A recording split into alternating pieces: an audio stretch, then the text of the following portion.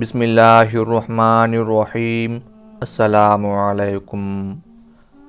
غزوہ احد کے چند ماہ بعد کا ذکر ہے کہ ایک دن رحمت عالم صلی اللہ علیہ وآلہ وسلم مدینہ منورہ میں کسی جگہ صحابہ کرام کی ایک جماعت کے درمیان رونق افروز تھے۔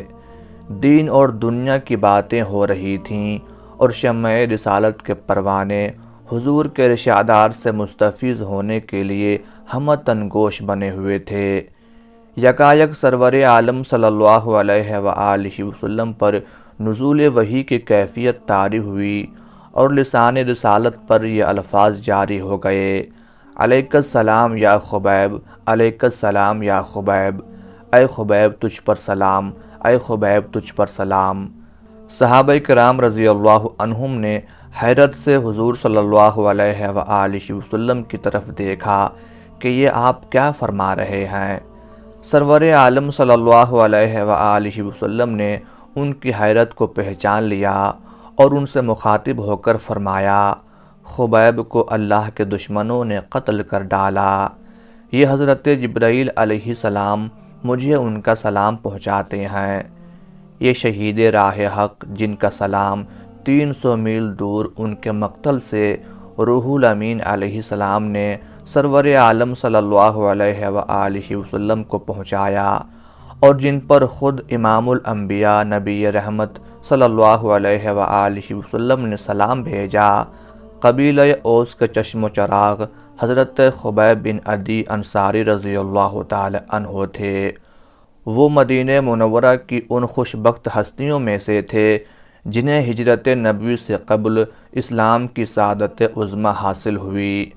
رحمت عالم صلی اللہ علیہ وآلہ وسلم کے مدینہ منورہ میں نزول اجلال کے بعد انہوں نے فیضان نبوی سے خوب استفادہ کیا، یہاں تک کہ بہت جلد فضلائے صحابہ میں شمار ہونے لگے۔ جنگ بدر میں ان کو 313 نفوس قدسی کی اس مقدس جماعت میں شامل ہونے کا شرف حاصل ہوا جس کے اثار و خلوص اور شجاعت کی داستان سے تاریخ اسلام کے اوراق تاابد تابندہ رہیں گے۔ اس جنگ میں حضور صلی اللہ علیہ وآلہ وسلم نے حضرت خبیب رضی اللہ تعالی عنہ کو مجاہدین کے سامان کی نگرانی پر مامور فرمایا تھا، تاہم انہیں معرکہ کارزار میں اپنی تلوار کے جوہر دکھانے کا موقع بھی مل گیا اور انہوں نے مشرکین قریش کے ایک سربرآوردہ رئیس حارث بن عامر بن نوفل کو جہنم واصل کیا۔ غزوہ احد میں مسلمان تیر اندازوں کی غلطی سے اہل حق کو جو نقصان اٹھانا پڑا تھا، کفار کے حوصلے اس سے بہت بڑھ گئے تھے اور اب وہ مسلمانوں کے خلاف نت نئے منصوبے بناتے رہتے تھے۔ مکہ اور عسفان کے درمیان ایک مشرک قبیلے بنو لحیان کے سردار سفیان بن خالد نے مسلمانوں کے خلاف ایک ذلیل سازش کی۔ ہوا یوں کہ غزوہ احد کے بعد مکہ کی ایک مالدار قریشیہ سلافہ بنت سعد نے اعلان کیا کہ جو شخص یثرب کے عاصم بن ثابت رضی اللہ تعالی عنہ کو زندہ پکڑ کر لائے یا اس کا سر کاٹ کر میرے پاس پہنچائے، میں اس کو اعلیٰ نسل کے 100 اونٹ انعام دوں گی۔ اس اعلان کا پس منظر یہ تھا کہ سلافہ کے 2 بیٹے مصافح بن طلحہ اور حارث بن طلحہ جنگ احد میں حضرت عاصم بن ثابت انصاری رضی اللہ تعالی عنہ کے ہاتھ سے مارے گئے تھے۔ چنانچہ اس نے عہد کیا تھا کہ جب تک اپنے شوہر اور بیٹوں کے قتل کے عوض عاصم رضی اللہ تعالی عنہ کے سر کی کھوپڑی میں شراب نہ پی لے گی، چین سے نہ بیٹھے گی۔ سفیان بن خالد لحیانی نے کچھ تو اس انعام کے لالچ میں اور کچھ مسلمانوں کو دکھ پہنچانے کے خیال سے قبیلہ ازل اور قارہ کے چند آدمیوں کو گانٹھا کہ وہ مسلمانوں کے بحث میں مدینہ جائیں اور کہیں کہ ان کے تمام اہل قبیلہ اسلام قبول کرنے پر آمادہ ہیں، بشرطے کہ کچھ مسلمان ان کے پاس جا کر انہیں اسلام کی تعلیم اچھی طرح دے سکیں۔ اگر محمد صلی اللہ علیہ وآلہ وسلم مان جائیں تو معلمین میں عاصم بن ثابت رضی اللہ تعالی عنہ کو بھی شامل کرانے کی کوشش کریں۔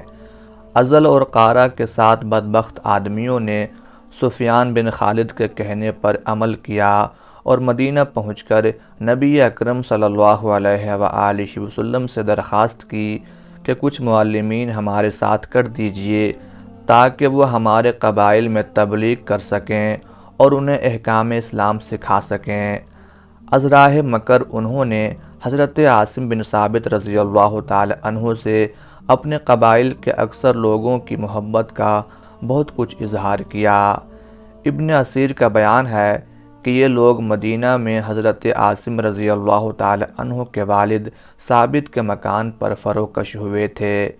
رحمت عالم صلی اللہ علیہ وآلہ وسلم نے ان کی درخواست قبول فرما لی اور 6 اور بروایت دیگر 10 صحابہ کو حضرت عاصم بن ثابت رضی اللہ تعالی عنہ کی قیادت میں ان کے ساتھ روانہ فرما دیا۔ داعیان حق کی اس مقدس جماعت میں حضرت خبیب بن عدی رضی اللہ تعالی عنہ بھی شامل تھے۔ یہ مقدس جماعت جب رجی کے مقام پر پہنچی تو ازل اور قارہ کے وفد نے سوچے سمجھے منصوبے کے مطابق بدعہدی اور غداری کی اور بنو لحیان کو اطلاع بھیجی کہ تمہارا شکار آ پہنچا۔ چنانچہ 200 لحیانی جنگجو اہل حق کی اس مختصر جماعت پر چڑھ دوڑے۔ ان میں سے 100 اعلیٰ درجے کے قادر انداز تھے۔ مسلمانوں نے ان کے تیور دیکھے تو دوڑ کر ایک قریبی ٹیلے پر چڑھ گئے اور بنو لحیان سے مخاطب ہو کر پکارے، اے بدعہدو، کیوں عرب کی روایات کو پامال کرتے ہو؟ کیا مہمانوں کو یوں دھوکے سے گھر بلا کر قتل کرنا جائز ہے؟ اگر تمہارا یہی ارادہ ہے تو سن لو کہ ہم آخری دم تک تمہارا مقابلہ کریں گے۔ جو بھی ہمارے نزدیک آیا اس کی جان کی خیر نہیں۔ لحیانیوں نے کہا، ہم تمہیں ہلاک نہیں کرنا چاہتے، ہم تو صرف قریش مکہ سے تمہارے ذریعے کچھ مال حاصل کرنا چاہتے ہیں۔ ہم عہد کرتے ہیں کہ اگر تم نیچے اتر آؤ تو ہماری پناہ میں رہو گے۔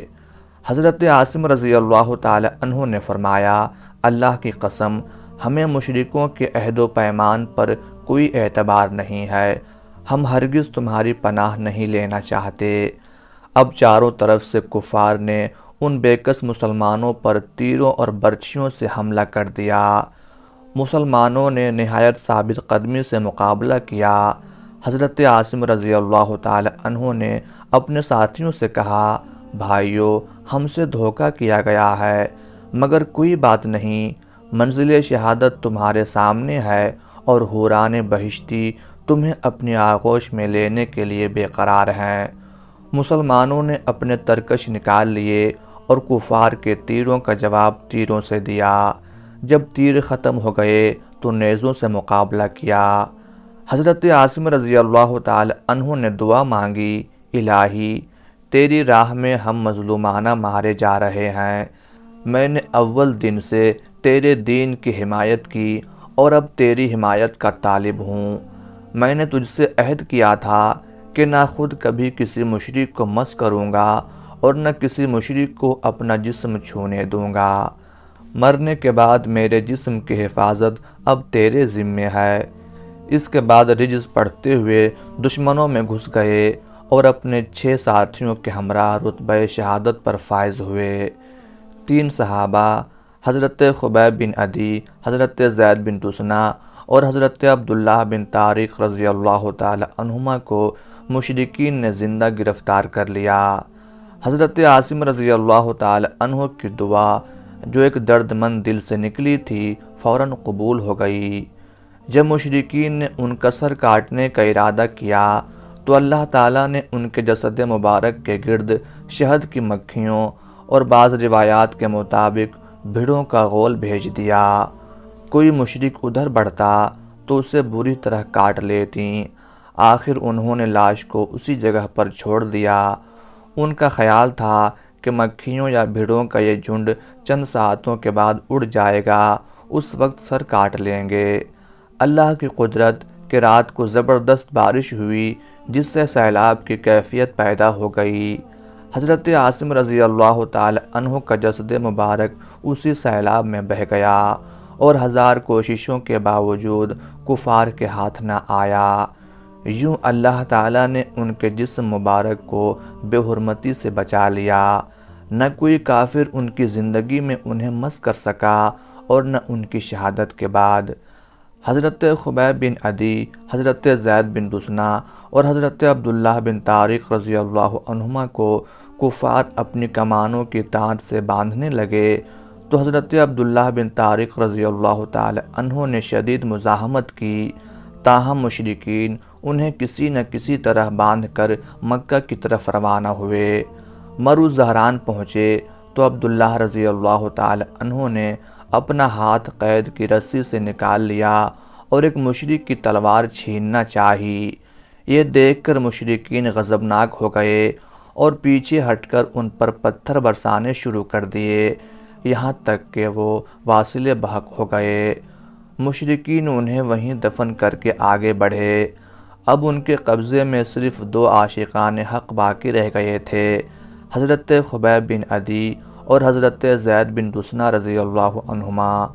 بنو لحیان انہیں مکہ کے بازار میں لے آئے، جہاں ان دنوں حیوانوں کی طرح انسانوں کی خرید و فروخت ہوتی تھی۔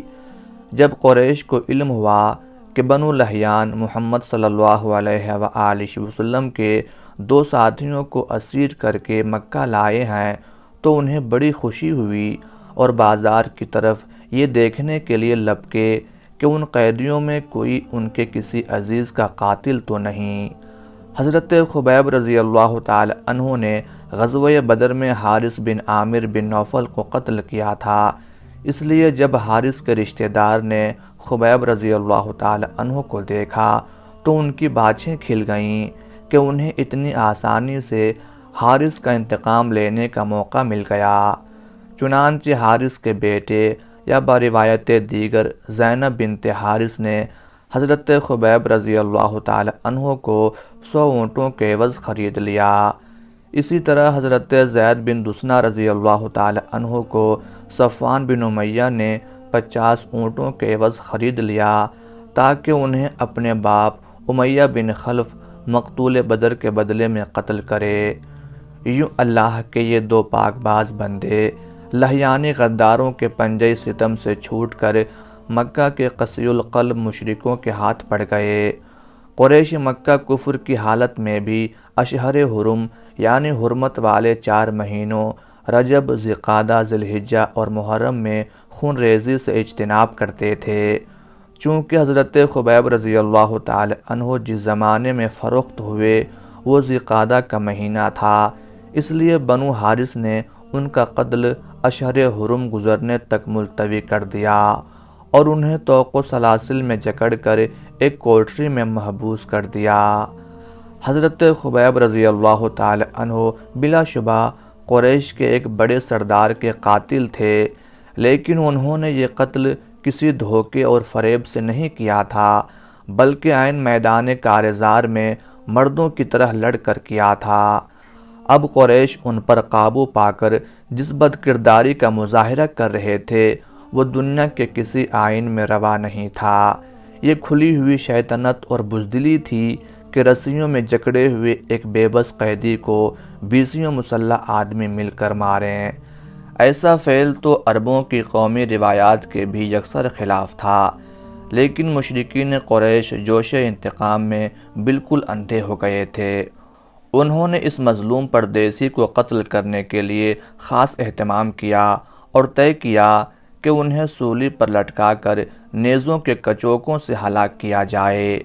چنانچہ انہوں نے اشہر حرم گزرنے کے بعد حرم سے باہر تنعیم کے مقام پر سولی گاڑی اور منادی کر کے تمام اہل مکہ کو دعوت دی کہ وہ خبیب رضی اللہ تعالی عنہ کے قتل کا تماشا دیکھنے کے لیے تنعیم پہنچیں۔ چنانچہ سارا مکہ یہ تماشا دیکھنے کے لیے امڑ پڑا۔ یہ لوگ ڈھول اور دف پیٹ رہے تھے، جھنڈے لہرا رہے تھے اور نفیریاں بجا رہے تھے۔ یوں معلوم ہوتا تھا کہ کوئی بہت بڑا میلہ یا جشن ہے۔ حضرت خبیب رضی اللہ تعالی عنہ کو پاں بجولہ وہاں لایا گیا تو اس نابکار ہجوم نے مسرت کے نعروں سے آسمان سر پر اٹھا لیا۔ ہنگامہ داد و رسن برپا کرنے سے پہلے ظالموں نے حضرت خبیب رضی اللہ تعالی عنہ سے پوچھا، کوئی خواہش ہو تو بیان کرو۔ آپ رضی اللہ تعالی عنہ نے فرمایا، میری اور تو کوئی خواہش نہیں ہے، البتہ یہ چاہتا ہوں کہ 2 رکعت نماز پڑھنے کی مہلت دے دو۔ مشرکین نے کہا، پڑھ لو۔ حضرت خبیب رضی اللہ تعالی عنہ فوراً نہایت خشوع و خضوع کے ساتھ نماز کے لیے کھڑے ہو گئے۔ 2 رکعت پوری ہو گئیں تو فرمایا، میں نماز میں زیادہ وقت صرف کرتا، لیکن سوچا کہ تم لوگ سمجھو گے خبیب موت سے ڈر گیا ہے اور قتل کا وقت ٹال رہا ہے۔ اس کے بعد یہ شجاع ترین مرد مومن سولی کے نیچے جا کر کھڑے ہو گئے اور فی البدیہہ یہ اشعار پڑھے۔ لوگ جوک در جوک میرے گرد جمع ہو رہے ہیں، بڑے بڑے گروہ میرے قتل کا تماشا دیکھنے کھڑے ہیں۔ یہ تمام لوگ مجھ سے عداوت نکال رہے ہیں اور جوش میں بھرے ہوئے ہیں۔ میں اس مقتل میں دست و پابستہ کھڑا ہوں۔ قبائل اپنی عورتوں اور بچوں کو میرے قتل کا تماشا دکھانے لائے ہیں۔ لوگ مجھے ایک اونچی لکڑی کے پاس لائے ہیں اور مجھ سے کہتے ہیں کہ اسلام کو چھوڑ دینے سے تیری جان بچ سکتی ہے، لیکن دین حق چھوڑنے سے مر جانا بہتر ہے۔ میری آنکھیں نمناک ہیں، لیکن میں صبر کروں گا اور دشمن کے سامنے نہ جھکوں گا، کیونکہ میں وصل حق سے شادکام ہونے والا ہوں۔ موت کا مجھے ڈر نہیں ہے، ڈر ہے تو جہنم کی شعلہ بار خون چوسنے والی آگ کا۔ عرش اعلیٰ کے مالک نے مجھ سے خدمت لی ہے اور مجھے صبر و ضبط کی ہدایت فرمائی ہے۔ دین حق کے دشمنوں نے مار مار کر میرے گوشت کا بھرتا بنا دیا ہے۔ میں اپنی غریب الوطنی اور بے کسی کی فریاد اپنے خالق سے کرتا ہوں۔ واللہ میں جب اللہ کی راہ میں جان دے رہا ہوں تو مجھے پرواہ نہیں کہ کس پہلو پر گرتا ہوں اور کیسے جان دیتا ہوں۔ ذات باری تعالیٰ سے امید ہے کہ اگر وہ چاہے تو میرے جسم کے ہر ٹکڑے پر برکت نازل کرے۔ یہ اشعار پڑھنے کے بعد انہوں نے دعا مانگی، الہی ہم نے تیرے رسول کا پیغام ان لوگوں تک پہنچا دیا، تو اپنے رسول برحق کو ہمارے حال کی خبر پہنچا دے۔ اس وقت حضرت خبیب رضی اللہ تعالی عنہ کی زبان پر اپنے قاتلوں کے لیے بے اختیار یہ بد دعا جاری ہو گئی، اے اللہ ان میں سے ہر ایک پر اپنا قہر نازل کر اور ان کو پراگندہ کر کے ہلاک کر، ان میں سے کسی کو باقی نہ چھوڑ۔ مشرکین حضرت خبیب رضی اللہ تعالی عنہ کی بد دعا سے اتنے خوفزدہ ہوئے کہ ان میں سے اکثر پہلو کے بل زمین پر لیٹ گئے۔ بعض ایک دوسرے کے پیچھے چھپتے پھرتے تھے، کچھ لوگ کانوں میں انگلیاں دے کر بھاگنے لگے اور بعض درختوں کی آڑ میں جا چھپے، کیونکہ یہی طریقے ان کے نزدیک بد دعا سے بچنے کے تھے۔ یہ منظر اتنا عبرتناک اور درد انگیز تھا کہ اس موقع پر موجود لوگوں کو مدت العمر یاد رہا۔ اس بد دعا کے بعد حضرت خبیب رضی اللہ تعالی عنہ نے پھانسی کا پھندا اپنے گلے میں ڈال لیا۔ حضرت عروہ رضی اللہ تعالی عنہ اور موسیٰ بن عقبہ رضی اللہ تعالی عنہ سے روایت ہے کہ مشرکین نے جب حضرت خبیب رضی اللہ تعالی عنہ کو سولی پر لٹکایا تو ان کو پکار کر اور قسم دے کر پوچھا، کیا تمہیں پسند ہے کہ محمد صلی اللہ علیہ وآلہ وسلم تمہاری جگہ سولی پر ہوں اور تو اپنے گھر میں آرام سے بیٹھے؟ حضرت خبیب رضی اللہ تعالی عنہ نے فرمایا، اللہ کی قسم مجھے تو یہ بھی گوارا نہیں کہ محمد رسول اللہ صلی اللہ علیہ وآلہ وسلم کے پائے اقدس میں کانٹا بھی چبھے اور میں اپنے گھر میں آرام سے بیٹھا رہوں۔ اس کے بعد کفار نے حضرت خبیب رضی اللہ تعالی عنہ کو اسلام سے برگشتہ کرنے کی آخری کوشش کی، لیکن انہوں نے مشرکین کی ترغیب و تحریض کو پائے استحقار سے ٹھکرا دیا۔ ظالموں نے اب سولی کا رسہ کھینچ دیا اور ان کا منہ قبلہ کی طرف سے پھیر دیا۔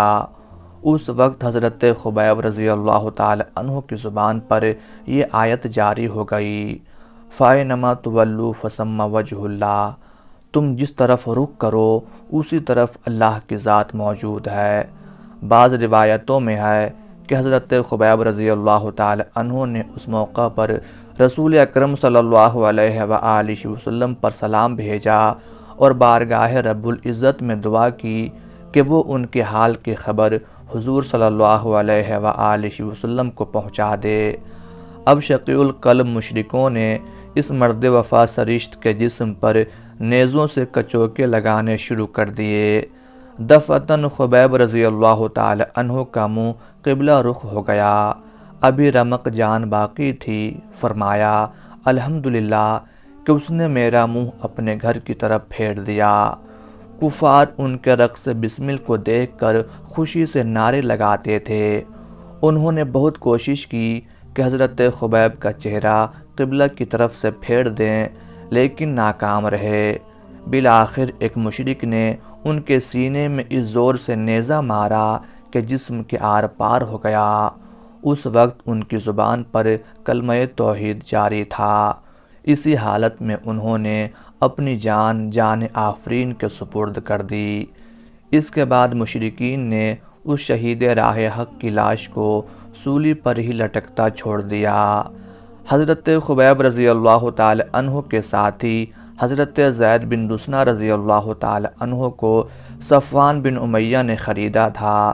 بعض روایتوں سے ظاہر ہوتا ہے کہ صفوان نے انہیں اپنے غلام فستاس کے سپرد کر دیا، جو انہیں حرم سے باہر تنعیم کے مقام پر لے گیا اور بہت سے تماشائیوں کے سامنے شہید کر ڈالا۔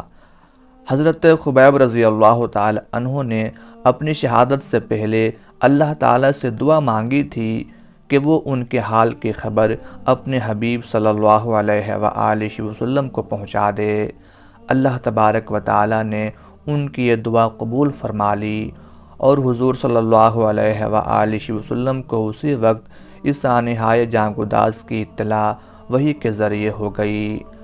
حب النبی حضرت زید بن حارثہ رضی اللہ تعالی عنہ فرماتے ہیں کہ میں بھی اس وقت مجلس نبوی میں حاضر تھا۔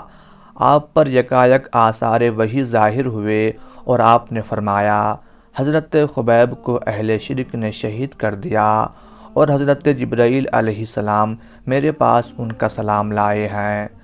حضرت خبیب رضی اللہ تعالی عنہ کی شہادت کے چند دن بعد رحمت عالم صلی اللہ علیہ وآلہ وسلم نے صحابہ کرام سے فرمایا کون شخص ہے جو خبیب کی لاش کو سولی سے اتار لائے اور جنت کا حقدار بن جائے۔ حضرت زبیر بن عوام اور حضرت مقداد بن اسود رضی اللہ تعالی عنہما بیک وقت اٹھے اور عرض کیا یا رسول اللہ یہ کام ہم کریں گے۔ چنانچہ دونوں چھپتے چھپاتے مکہ پہنچے۔ جب رات کو حضرت خبیب رضی اللہ تعالی عنہ کے مقتل میں گئے تو یہ دیکھ کر حیران رہ گئے کہ ان کی لاش سولی پر بالکل تر و تازہ ہے۔ ایسا معلوم ہوتا تھا کہ اسی دن واصلے بہک ہوئے ہیں۔ ان کا ہاتھ اپنے زخم پر تھا جس سے خون ٹپک رہا تھا، حالانکہ ان کو شہید ہوئے 40 دن گزر چکے تھے۔ حضرت زبیر رضی اللہ تعالی عنہ نے لاش کو سولی سے اتارا اور اسے اپنے گھوڑے پر رکھ کر حضرت مقداد رضی اللہ تعالی عنہ کے ہمراہ مدینہ کا رخ کیا۔ صبح ہوئی تو قریش کو کسی ذریعے سے اس واقعہ کا علم ہو گیا۔ چنانچہ بہت سے مسلح مشرکین اونٹوں پر سوار ہو کر حضرت زبیر اور مقداد رضی اللہ عنہما کے تعاقب میں روانہ ہوئے۔ حضرت زبیر رضی اللہ تعالی عنہ نے سواران قریش کو اپنے سر پر پایا تو انہوں نے حضرت خبیب کی لاش گھوڑے سے اتار کر زمین پر رکھ دی۔ زمین فوراً اس لاش کو نگل گئی۔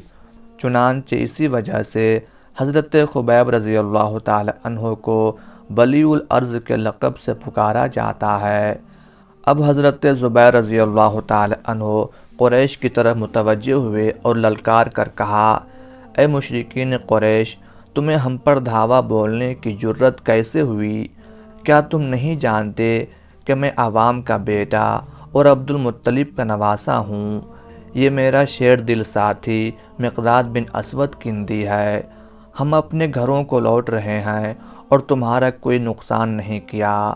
اگر تم تیروں سے لڑنا چاہتے ہو تو ہم تیروں سے لڑیں گے، تلواروں سے لڑنا چاہو تو ہم بھی تلواروں سے لڑیں گے۔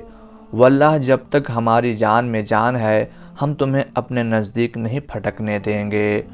مشرکین قریش نے جب دیکھا کہ یہ مردان حق مرنے مارنے پر آمادہ ہیں تو ان سے کوئی تعارض کیے بغیر واپس چلے گئے۔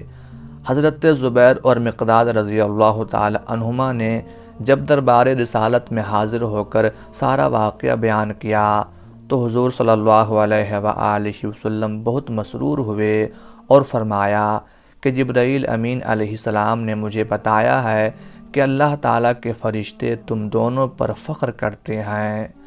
حضرت خبیب رضی اللہ تعالی عنہ اور رجی کے دوسرے شہیدوں پر ہزاروں سلام۔